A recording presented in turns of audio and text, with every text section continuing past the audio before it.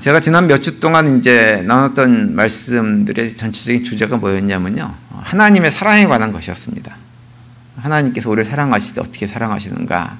온 우주 가운데 나 혼자만 존재하는 것처럼 그렇게 나를 무한대로 사랑하신다라고 하는 얘기로부터 시작해가지고 그런데 이제 우리가 그 하나님의 사랑을 거부하고 하나님을 마음에 두기 싫어할 때 우리의 삶이 얼마만큼 망가질 수 있는가라고 하는 것도 우리가 살펴보았습니다. 그리고 지난주에는 우리가 그렇게 하나님의 사랑을 거부하고 받아들이지 않음에도 불구하고 하나님께서는 정말 큰 희생을 감수하시는, 그렇게 해서라도 우리를 사랑하시는 분이라는 사실을 지난주에 우리가 좀 살펴보았습니다. 이제 오늘은 하나님께서 우리를 그렇게 사랑하시기 때문에 치른 큰 희생, 즉 다시 말하면 우리를 위해서 독생자까지도 아끼지 않고 내어주시는 그 이유, 그 궁극적인 목적이 과연 무엇인지에 대해서 오늘은 좀 말씀을 드리려고 합니다. 하나님께서 왜 무엇 때문에 독생자를 내어주기까지 그렇게 큰 희생을 감수하셨을까요? 물론 우리를 사랑하셔서 그렇습니다. 근데 물론 사랑하셔서라고 하지만 그거보다 더 큰 이유가 있어요. 그것은 왜 그러냐면 우리를 구원하기 위해서 그 사랑을 우리에게 베풀어 주신 거예요. 그러니까 우리를 구원하기 위해서 하나님이 하실 수 있는 모든 희생을 다 감수하신 거예요. 독생자를 내어주셨다고 하는 것은 바로 자기 자신을 하나님께서 내어주신 것입니다. 그러면서 우리에게 하나님이 내어주시고 우리의 죄를 대속하신 예수 그리스도를 믿으면 구원을 얻을 것이다, 이렇게 성경에서 우리에게 말씀을 해주고 있죠. 대표적으로 사도행전 16장 31절에 보시면 이르되 주 예수를 믿으라 그리하면 너와 네 집이 구원을 받으리라, 이렇게 말씀을 하고 있습니다. 예수 믿으면 어떤 일이 벌어져요? 구원받습니다. 그러니까 구원은 우리가 예수를 믿는 궁극적인 목적입니다. 하나님께서 우리를 위해 행하신 모든 것의 궁극적인 목적은 무엇이냐? 우리가 구원받는 거예요. 그것이 하나님의 궁극적인 목적입니다.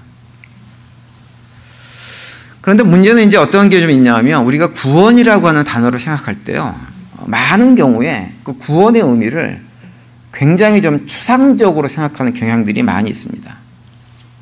우리의 성도님들은 구원을 받았다는 말을 들으면 구체적으로 어떤 것들이 머리에 떠오르십니까? 제가 그동안에 설교하면서 여러 가지 형태로 구원이 무엇이더라고 하는 말씀을 드렸어요. 아마도 가장 처음에 드렸던 말씀 가운데 하나는 뭐냐면 관계가 회복되는 것이 구원이다, 이렇게 말씀을 드렸을 거예요. 그런데 관계가 회복되는 게 구원이다라고 얘기를 하면 사실은 알 것 같으면서도 뭐지? 잘 이해가 안 되는 측면이 사실은 그 안에 있습니다. 그리고 지난 주일날은 또 어떤 얘기도 드렸냐면 구원이 무엇이냐? 죄의 짐을 벗는 것이 구원이다, 이렇게도 말씀을 드렸어요. 근데 그건 역시 듣자마자 바로 이해되는 것은 잘 아니에요. 그 역시 긴 설명이 좀 필요한 표현입니다. 그래서 아마도 제가 그동안에 이제 구원이 뭐다라고 하는 표현을 드렸을 때 어떤 분들은 그런 생각도 하셨을 거예요. 관계가 회복되는 게 구원이야? 그럼 관계가 회복돼서 뭐가 어떻게 달라지는데? 이런 생각을 하신 분도 있을지 몰라요. 또 죄의 짐을 벗으면 뭐가 달라지지? 그래서 뭐? 라고 하는 생각을 마음속으로 하신 분도 계실지 모릅니다. 근데 그런 생각을 하신 것은 왜 그러냐면 여전히 제가 말씀드리는 구원이라고 하는 그 개념 자체가 좀 추상적으로 와닿기 때문에 그런 생각들을 얼마든지 하실 수가 있는 것입니다. 그런데 이제 구원이라고 하는 것 다시 좀 설명을 드리면 구원이라고 하는 말 자체만 생각해 놓고 보면 구원이란 단어는요, 기본적으로 어떤 전제가 있는 단어입니다. 어떤 전제가 있나요? 구원이라고 하는 단어는 어떤 때 사용하냐면 아주 커다란 위험, 다시 말하면 죽고 사는 위험에 처한 상황과 깊이 관련된 단어가 구원이라고 하는 단어예요. 제가 이 구원이라고 하는 단어를 생각하면 머리에 떠오르는 사건이 하나 있어요. 어떤 사건이냐면 기억하시는 분들이 계실지 모르겠어요. 1973년 이전에 미국에 오신 분들 누가 계세요? 1973년 이전에. 다 그 이후에 오셨어요? 네. 그럼 아마 기억하실 텐데요. 그 서울에 있는 을지로에 있었던 대형각 호텔이라고 하는 호텔을 기억하세요? 그 불이 났죠. 그죠? 불나가지고는 TV에서 그 불난 거를 실제로 생중계를 다 해줬습니다. 왜냐하면 당시 대형가 호텔이 상당히 크고 좋은 호텔이었습니다. 그런데 이 불이 아래층에서부터 났어요. 나가지고는 불이 위로 치고 올라갔습니다. 그래서 사람들이 빠져나올 틈이 없었습니다. 그래서 중간에 이제 이렇게 어떤 분들은 옥상으로 올라가셨고 어떤 분들은 옥상으로 올라갈 기회를 잃어버려가지고 그 창문을 통해가지고 밑으로 뛰어내리고 막 그랬어요. 그리고 밑에서 그걸 받는다고 봤는데 제대로 받지 못해가지고 그때만 해도 우리 한국이 소방시설이 제대로 안 돼 있을 때라서 이렇게 떨어져서 결국은 사망하신 분들도 굉장히 많이 있었고 TV로 그 상황을 보면서 완전히 아비규환도 그런 아비규환이 없었습니다. 얼마나 사람들이 무서워 떨었는지 모릅니다. 근데 그런 아비규환 상황 속에서도 살아난 사람들이 있어요. 어떤 사람들이냐면 다행히 불이 났을 때 옥상으로 피할 길을 찾아가지고 옥상으로 올라간 사람들입니다. 옥상으로 올라간 사람들은 어떻게 살았냐면 그래도 한국에 당시 헬리콥터가 비행기가 있어가지고 헬기가 와가지고 사다리를 내려서 그 사람들을 하나하나 실어 날아가지고는 결국은 살아난 거죠. 저는 그 어렸을 때 그 장면을 보고 굉장히 놀랐었는데 커가지고 이제 신학을 공부하고 목사가 되고 나서 구원이라는 단어를 생각하면서 어떻게 설명하면 구원이 참 이렇게 효과적으로 와닿을까라고 할 때 번뜩 떠올랐던 것이 바로 그 대형가 호텔 화재 사건이었어요. 아마 그 헬기 옥상으로 올라가가지고 헬기 때문에 이렇게 구조를 당한 사람들은 그런 생각을 했을 거예요. 아, 내가 정말 죽을 뻔했는데 헬기가 와가지고 나를 구원해줬다. 이런 표현을 분명히 했을 겁니다. 저는 구원이라고 하는 단어를 이렇게 들을 때 정말 생생하게 그 장면이 딱 정확하게 맞는 장면이라고 생각을 합니다. 그래서 구원이라고 하는 것은요, 어떤 것이냐면 내가 스스로 그 자리에서 벗어나는 건 구원이 아니에요. 제3자가 어떤 분이 나를 거기서부터 빼내주는 거예요.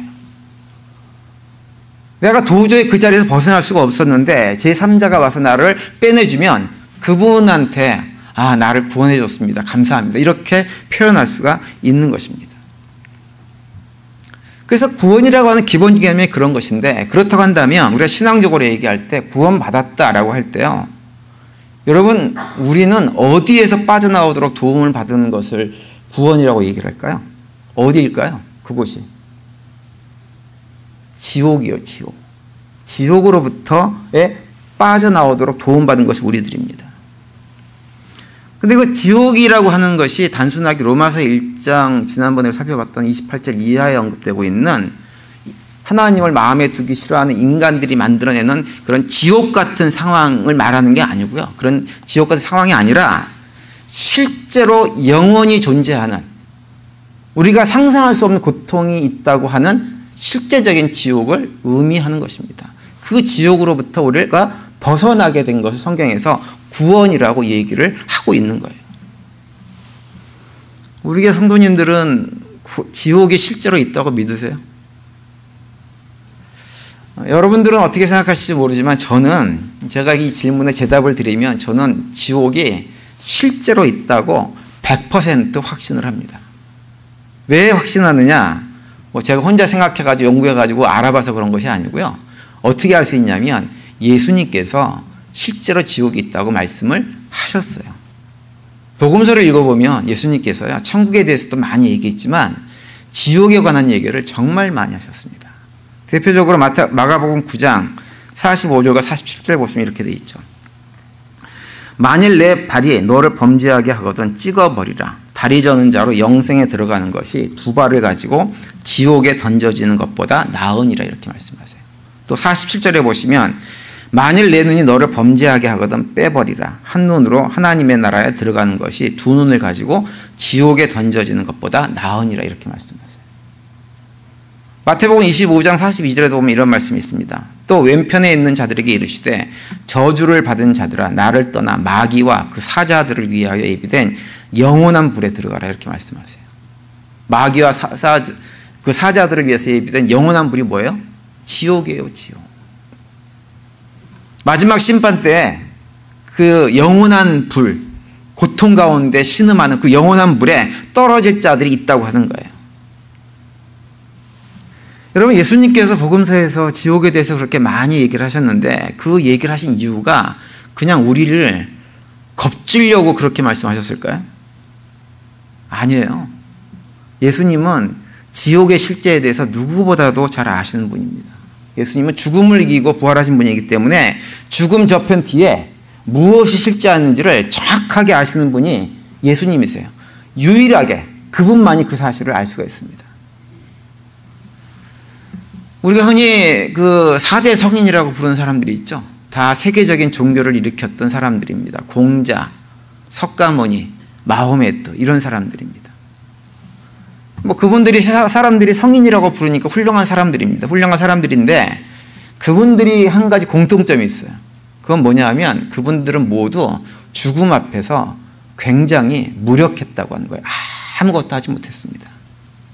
그래서 그런 분들은 우리가 살아가는 이 생애 문제에 관해서는 우리한테 이런저런 조언들을 해줄 수 있어요. 성인이니까 훌륭하신 분들이니까 해줄 수 있지만 그분들이 얘기해 줄 수 없는 것은 뭐냐면 죽음 저편에 무엇이 있는지는 그분들은 절대로 얘기를 해줄 수가 없는 분들입니다. 그런데 예수님은 그런 분들과 차원이 다른 분이세요. 제가 지난번 부활절 때 제 간증을 좀 하면서 예수님께서 부활하신 사건이 역사적인 사실이다 그렇게 말씀을 드렸죠. 제가 고민하고 기도하고 연구하고 해가지고 보니까 어떤 책을 하나 봤는데 그 책을 통해 가지고 예수님의 부활이 단순하게 믿음의 고백 차원이 아니라 역사적인 사실이다 이런 말씀을 제가 드린 적이 있었습니다. 예수님의 부활이 역사적인 사실이라고 하는 얘기는 예수님께서 이 땅에서 사시면서 천국에 대해서 지옥에 대해서 삶에 대해서 여러 가지 진리의 말씀을 우리한테 해주신 그 모든 것들이 다 진리라고 하는 것을 우리에게 확증시켜주는 거예요. 근데 예수님께서 공생애를 사시는 동안 지옥에 대해서 굉장히 많이 얘기를 하셨어요. 왜? 그 저편의 얘기를 예수님은 너무 정확하게 아시는 분이기 때문에. 그래서 제가 지옥의 존재를 확신하는 이유는 제가 머리가 좋아서가 아니라 예수님께서 그렇게 말씀하셨으니 그냥 그렇게 믿는 거예요. 당연히 그분 말씀이 맞겠죠. 우리가 뭘 어떻게 알아서 있다 없다를 얘기할 수 있겠어요. 그래서 구원이라고 하는 것은 우리에게 있어서 가장 큰, 우리가 존재할 때 이생으로부터 영혼까지 존재할 때 가장 큰 위험인 영원한 형벌인 지옥에 떨어지는 일이 없도록 만들어주신 것이 바로 우리가 받고 있는 구원입니다. 우리는 구원은 그러면 항상 어느 쪽으로 생각하냐면 죽어서 천국 가는 거 구원이야 이렇게 생각해요. 물론 그것도 맞는 얘기예요. 좋은 얘기입니다. 그래서 마음이 따뜻해집니다. 근데 마음만 따뜻해지다 보니까 어떤 문제가 좀 있냐 하면 안 가도 지금도 좋은데요? 이런 이분들도 계세요. 지금도 너무 좋아서 굳이 천국까지 갈 필요가 없는데 지금도 괜찮은 것 같아요. 이렇게 얘기하시는 분들이 계세요. 천국이나 여기나 별 차이가 없다고 느끼는 거죠. 그런데 그게 아니라 지옥을 간다고 생각을 해보세요. 지옥을. 그러면 이건 심각한 문제인 거예요. 죽어서 지옥 갈 수 있다. 마치 대형가 호텔에서 화재가 나가지고 거기서 그 아비규환 속에서 불에 타 죽는 것과 같은 그런 상황을 맞이한다고 생각을 해보세요. 이건 보통 심각한 문제가 아닙니다. 지옥이라고 하는 것은 왜 그렇게 고통스럽고 힘드냐면 그곳이 하나님의 은혜와 사랑으로부터 영원히 분리된 곳이기 때문에 고통스러운 거예요. 지난번 로마서 1장 28절 이하의 말씀, 하나님을 마음에 두기 싫어하는 사람들이 만들어 놓는 이 땅에는 여러 가지 사건들, 모습들을 우리가 살펴봤잖아요. 그 말씀 다시 한번 보시면 이렇게 돼 있죠. 모든 불의, 추악, 탐욕, 악의가 가득한 자요. 시기, 살인, 분쟁, 사기, 악독이 가득한 자요. 수군수군하는 자요. 이러한 일들이, 이러한 현상들이 우리 삶 속에 있으면 너무 고통스럽고 괴롭습니다. 그런데 지옥은 어떤 곳이냐면 그러한 현상들이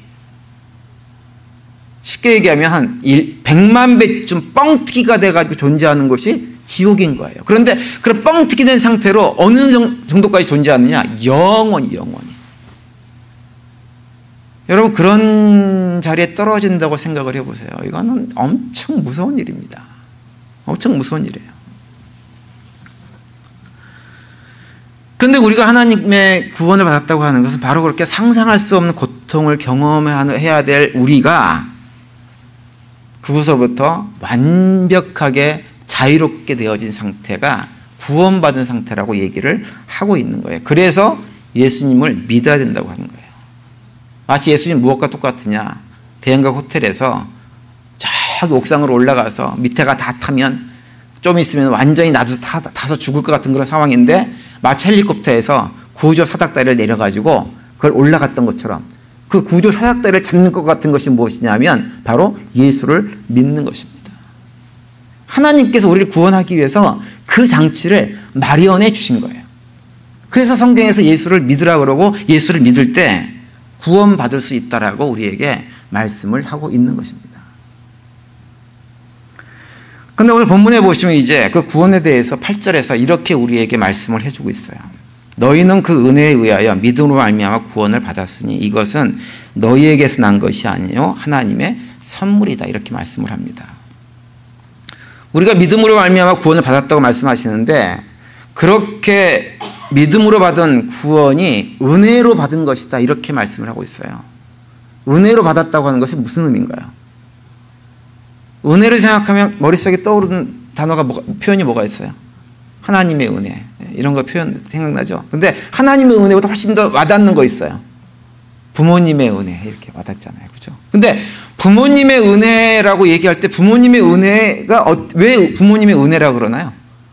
부모님은 우리한테 무엇인가를 주시면서 어떻게 주세요? 조건 보고 상황 보고 이쁜 놈은 주고 안 이쁘면 안 주고 이런가요? 그게 아니죠. 부모님들이 우리 자녀들을 사랑할 때는 어떻게 사랑하냐면 그냥 조건 없이 사랑하시 조건 없이.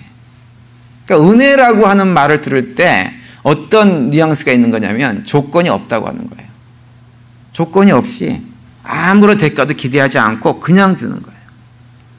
그래서 은혜라고 하는 것은 기본적으로 그런 의미가 있어가지고 8절 뒤에 보면 은혜와 같은 말을 뭐라고 다시 언급하고 있냐면 하나님의 선물이다 이렇게 묘사를 합니다. 선물이라고 하는 말이 뭐예요? 공짜란 말이에요. 공짜. 거저주는 것. 값없이 거저주는 거예요. 내가 그것을 받을 만한 자격이 하나도 없는데 아무것도 한 일이 없는데 그런데 그냥 받는 것이 선물이죠. 여러분 만약에 우리가 무엇인가 열심히 해서 받았다 그러면 그것은 선물이 될 수 없죠. 그죠? 그럼 뭐가 되나요? 대가예요. 대가. 예를 들어서 우리가 이제 일반 생활하면서 직장 생활을 하시는 분들이 직장에 나가서 한 달 동안 열심히 일했어요. 근데 이제 한 달 다 지난 다음에 사장님이 월급을 주면서 이거 내가 자네한테 주는 선물이니까 받아서 쓰게. 그러면 받는 분의 기분이 어떠시겠어요? 이 사람이 좀 뭔 소리야 지금? 기분 나쁘고 화나지 않겠어요? 그죠? 그럴 거예요. 근데 하나님의 구원은 그런 게 아니라고 하는 거예요. 그냥 선물이라고 하는 거예요. 내가 무언가 열심히 잘해서 주는 것이 결코 아니라고 하는 거예요. 또 하나님의 그 구원은요, 하나님께서 주시는 구원은 선물이기 때문에 또 한 가지는 어떤 대가를 바라고 주시는 것도 아니에요. 대가를 바라고 주는 것도 뭐예요? 내가 뭘 주면 뭔가 나한테 반대로 오는 것이 좀 있으면 좋겠다라고 주는 건 뭐라 그래요? 뇌물이라고 해요, 뇌물. 하나님께서 우리를 구원해 주시고, 야, 내가 너희 이제 구원해 줬으니까 이제 내 말대로 잘 살아. 그러면서 내가 하라고 하는 일, 사명 잘 감당하고 열심히 해.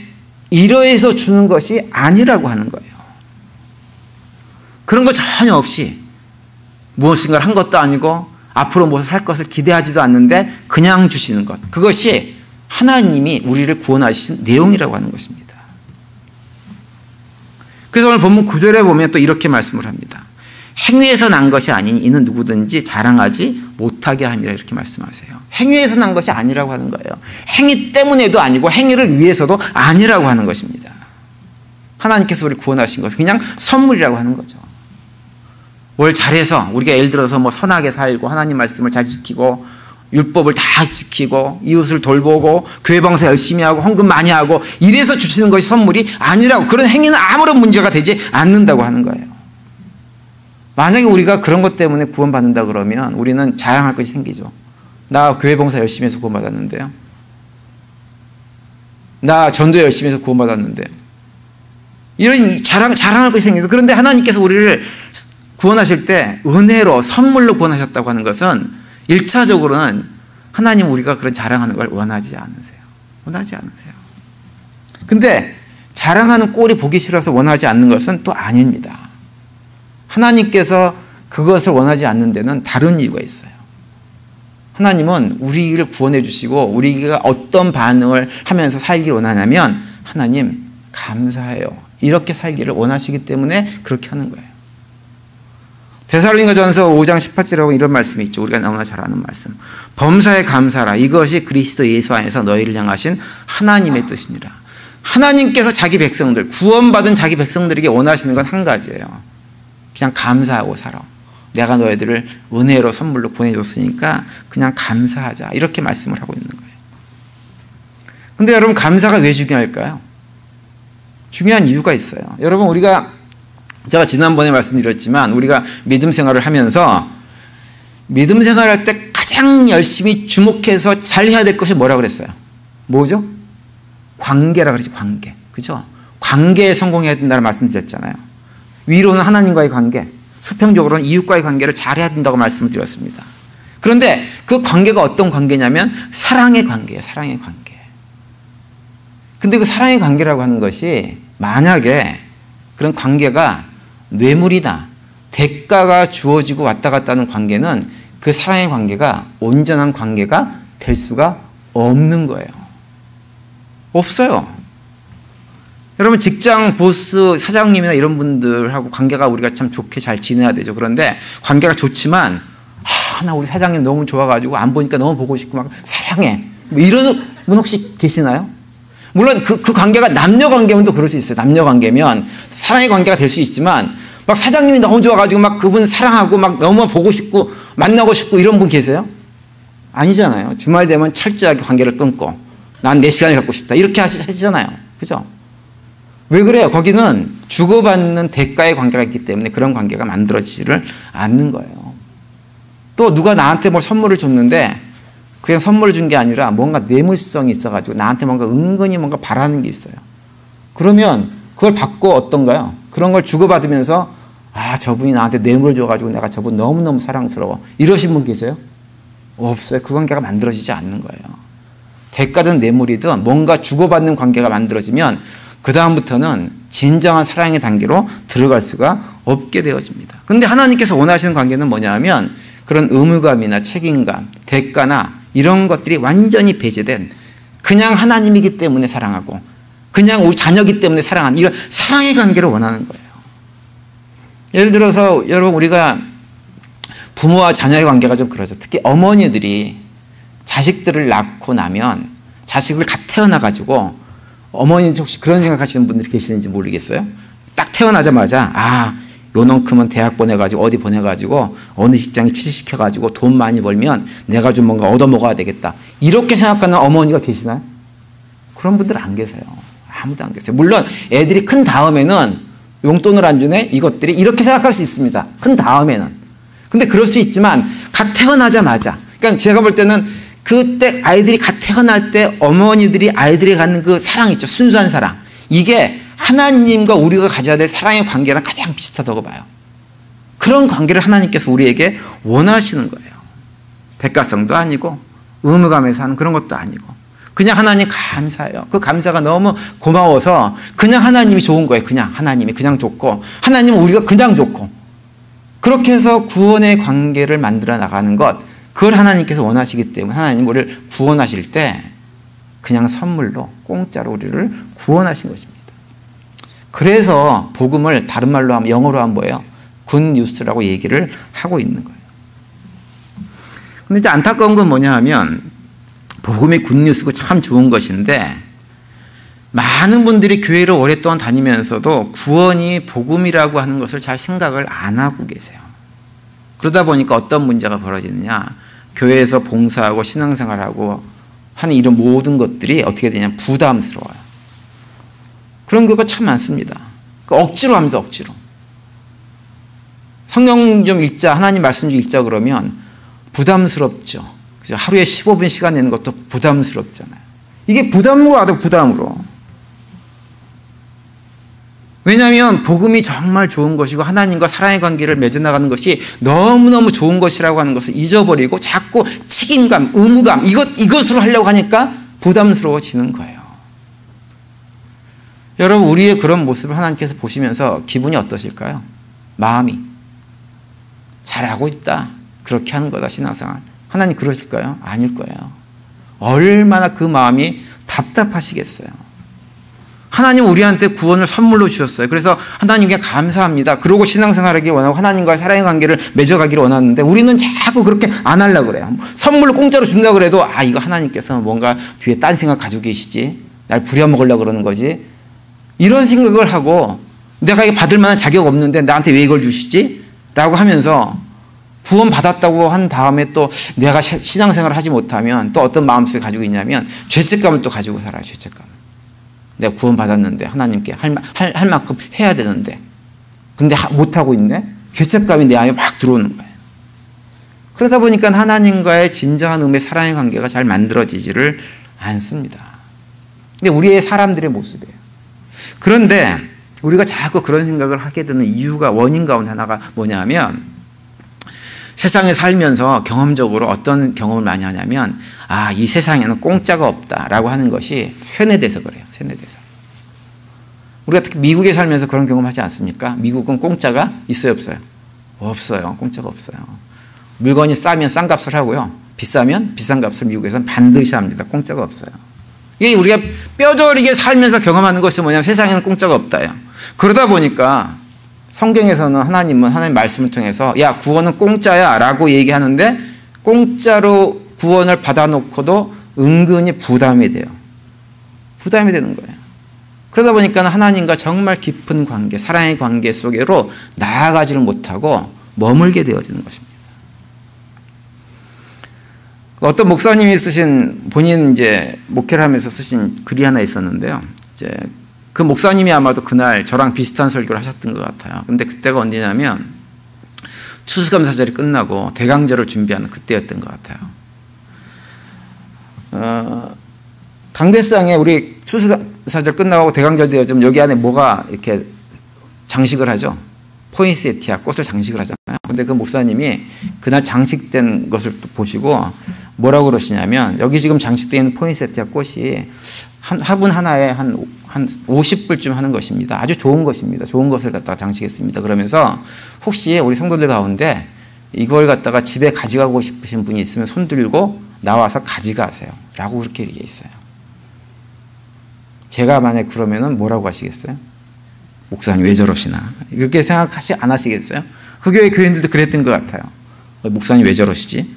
그래서 삐쭈삐쭈 얘기 나오지도 못하고 그러고 있는 거. 그래서 목사님 답답해가지고 아니 가져가세요. 손들고 원하시는 분들 손들고 나와서 가져가세요라고 했더니 한 분이 이제 목사님 진짜요? 그렇게 하면서 제가 가져갈게요 그러시는 거예요. 그래서 가지고 가라고 그랬더니 자기가 못 나오고 옆에 있는 아들을 푹 찌르면서 야 네가 가서 가져와 그러더라는 거예요. 그래서 목사님이 아니 그러지 말고 직접 와서 가져가세요 라고 했더니 또 그분이 안 나오는 거예요.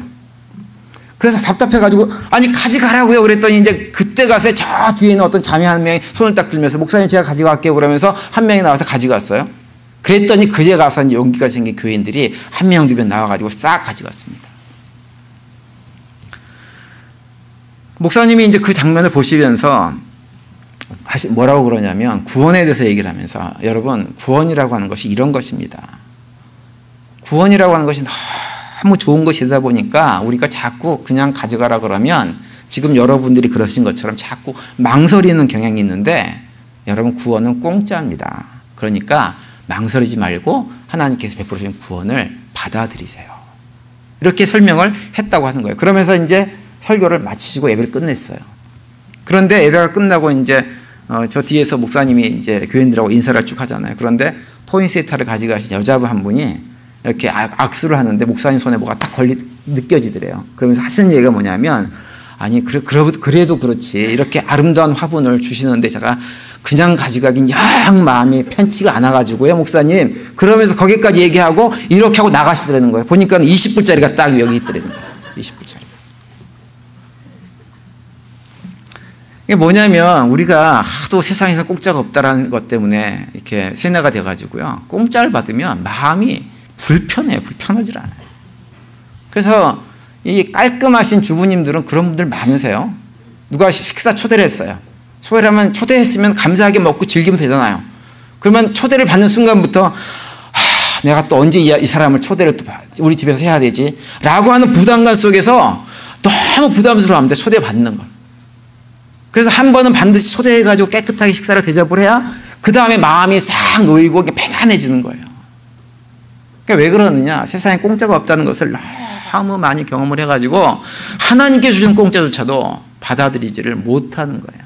구원은 공짜인데. 그런데 우리가 거기서 벗어나셔야 됩니다. 구원은 영원한 지옥으로부터 자유케 되어지는 것인데 그 구원을 하나님께서 우리에게 우리의 믿음만 보시고 그냥 선물로 나눠주셨어요. 굿뉴스예요.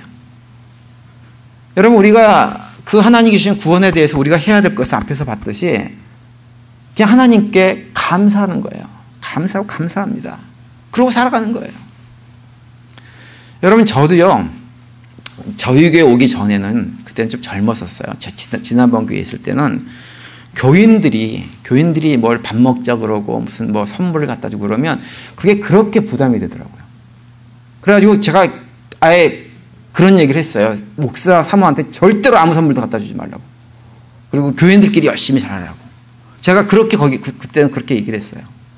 근데 제가 돌아놓고서 생각을 해보니까 아니, 교인들이 그렇게 섬기려고 그러고 뭔가 주면 감사합니다 그러고 그 관계를 더 깊이 만들어가면 될 일이지 난 그때 왜 그랬을까 이런 생각을 여기 와서 참 많이 했습니다.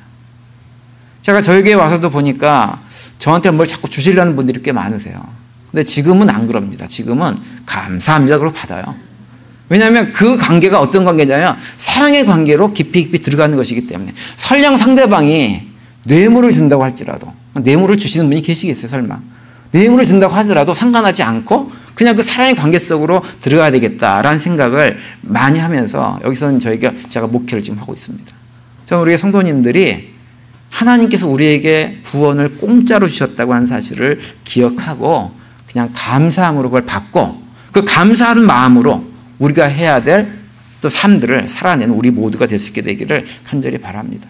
그래서 우리가 드리는 예배, 우리가 드리는 물질, 우리가 행하는 모든 봉사의 근거 출발점이 무엇이냐? 그 감사의 고백 가운데 되어져서 그 감사한 가운데 하나님과 더욱더 깊은 사랑의 관계들을 맺어가는 우리 모두가 될 수 있게 되기를 간절히 바랍니다. 그래서 이번 한 주간도 구원받은 하나님 백성으로서 그 감사함이 넘치는 가운데 우리에게 모든 성도님들이 하나님께서 주시는 참된 평강들, 자유 기쁨들을 누리며 살아가는 복된 한 주간이 되시기를 간절히 축원드립니다.